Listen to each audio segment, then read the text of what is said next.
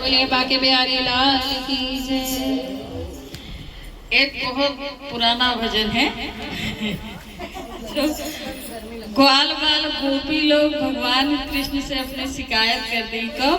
जब वो द्वारिकाधीश बन जाते हैं, द्वारिका के राजा बन जाते हैं और गोपियों से मिलने नहीं आते हैं, तब वो लोग अपनी शिकायत करते हैं। क्या कहते हैं? अरे जहिया चोट लागी कान्हा चितवन की, रहिया बुलाई जैवा मधुबन की। जहिया चोट लागी कान्हा चितवन की, रहिया बुलाई जैवा मधुबन की। जहिया चोट लागी कान्हा चितवन की, रहिया बुलाई जैवा मधुबन की।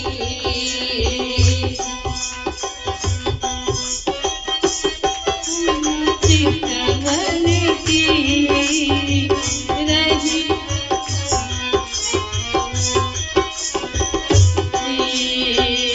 जाके मधुबनवा में गैया चरावा, जाके मधुबनवा में गैया चरावा।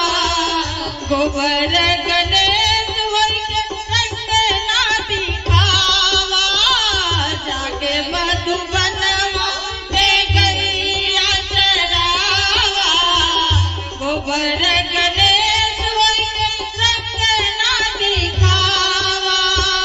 बतिया भुलाई गैला, बतिया भुलाई गैला बचपन की।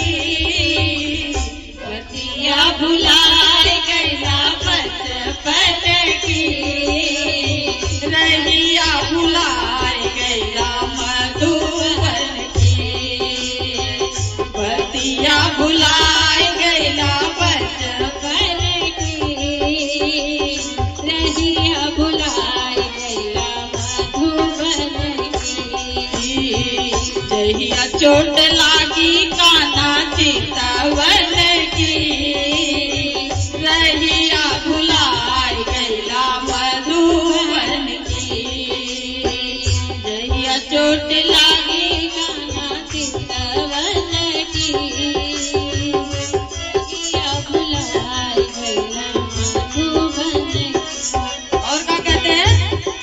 अरे आज तक मांग मांग चन्ना चाउर खैला, आज तक मांग मांग चन्ना चाउर खैला।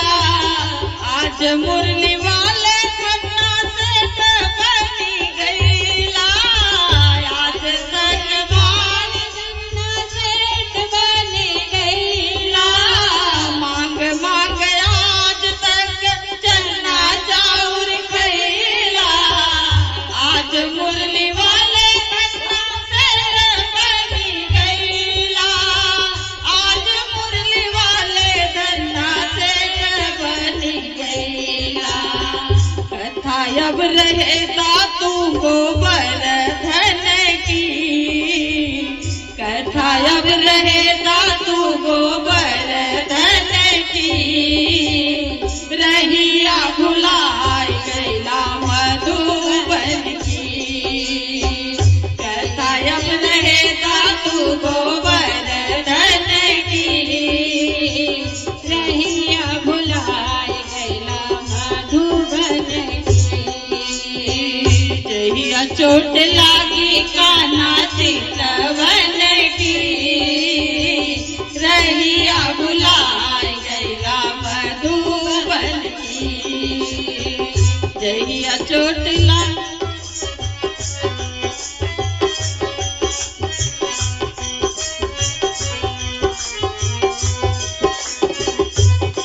और भगवान के रंग पे गोपी क्या कहती हैं कि इतने काले हो फिर भी इतनी शान है। कहते हैं कौआ से करिया तोहरा रंग बागनैया, कौआ से करिया तोहरा रंग बागनैया।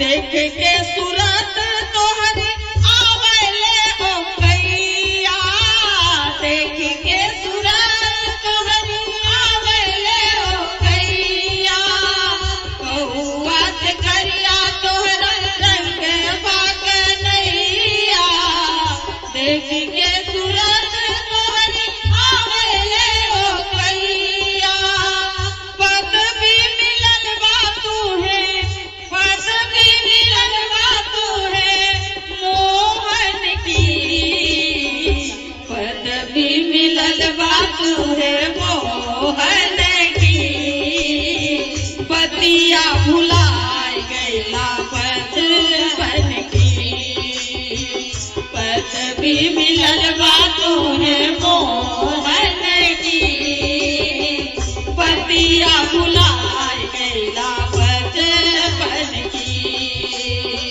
कथा अब रहे तू गोवर्धन की, पतिया भुलाय गैला बचपन की, जहिया चोट ला